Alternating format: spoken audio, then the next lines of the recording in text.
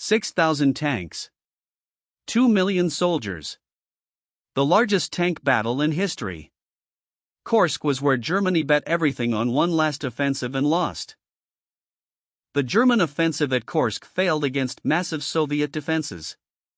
This is Battle of Kursk. July-August 1943. Kursk salient, Soviet Union. A battle is about to begin that will change the course of the war. On one side, Soviet Union, commanded by Marshal Zhukov. Against them, Nazi Germany, led by Field Marshal von Manstein. Both sides know what is at stake. To understand this battle, we need context. After Stalingrad, a bulge in the Soviet line around Kursk invited attack. Hitler gambled everything on Operation Citadel. The Soviets knew he was coming and prepared the largest defensive system in history. Soviet Union had assembled a powerful force. 1.3 million troops, 3,444 tanks, 2,900 aircraft. Nazi Germany was equally prepared. 780,000 troops, 2,928 tanks, 2,110 aircraft. The stakes could not be higher. A defeat here would be catastrophic for either side. Marshal Zhukov studied the situation carefully. Every decision now could mean victory or disaster. Field Marshal von Manstein was confident. The plan was set. There was no turning back. The men on both sides knew that many of them would not survive what was coming. After Stalingrad, a massive bulge in the Soviet line around Kursk jutted 150 miles into German territory. It was an obvious target. Hitler delayed the attack for months, waiting for new Tiger and Panther tanks. This gave the Soviets time to prepare. The Soviets built 8 defensive lines, 300 kilometers deep. 400,000 landmines, 6,000 anti-tank guns, and entire cities of bunkers. Soviet intelligence knew the exact date and time of the German attack. They launched a preemptive artillery barrage 90 minutes before. On July 5, Operation Citadel began. German panzer divisions attacked from north and south, trying to pinch off the bulge. In the north, Model's 9th Army hit the densest minefields in military history. Tanks were channeled into killing zones. New Ferdinand tank destroyers had no machine guns. Soviet infantry swarmed them with Molotov cocktails and grenades. In the south, Manstein's panzers made better progress. The elite SS divisions pushed deep into the Soviet lines. At Prokhorovka on July 12, hundreds of tanks clashed at close range. The fighting was so close that tanks rammed each other. The T-34 was outgunned by Tigers at range.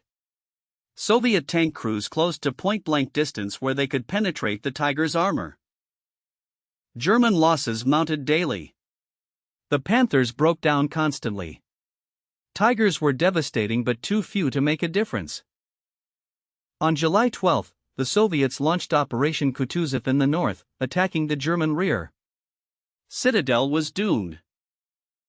Hitler cancelled Citadel on July 13 after the Allied invasion of Sicily. He needed to transfer divisions to Italy. The Soviets launched their own massive offensives. Operation Rumiantsev in the south liberated Belgorod and Kharkov.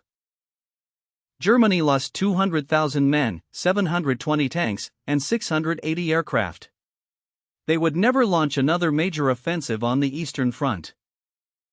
The Soviets suffered even heavier losses but could replace them. Germany could not. The war of attrition was over.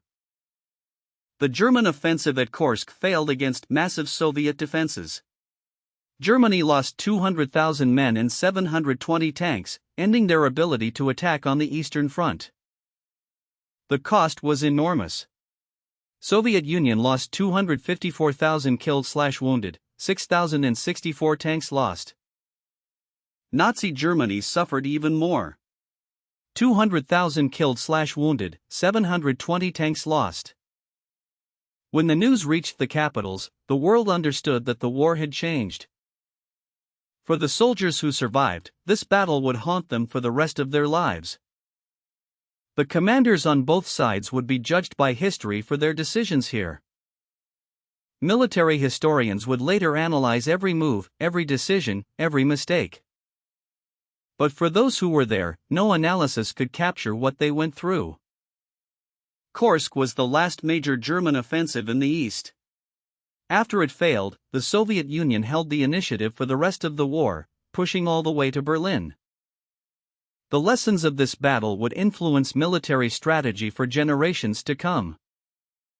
Today, memorials stand where the fighting took place. A reminder of what happened here. Books, documentaries, and films have told this story. But nothing compares to the reality. This was Battle of Kursk. The German offensive at Kursk failed against massive Soviet defenses. And the world was never the same. The events described here shaped the world we live in today.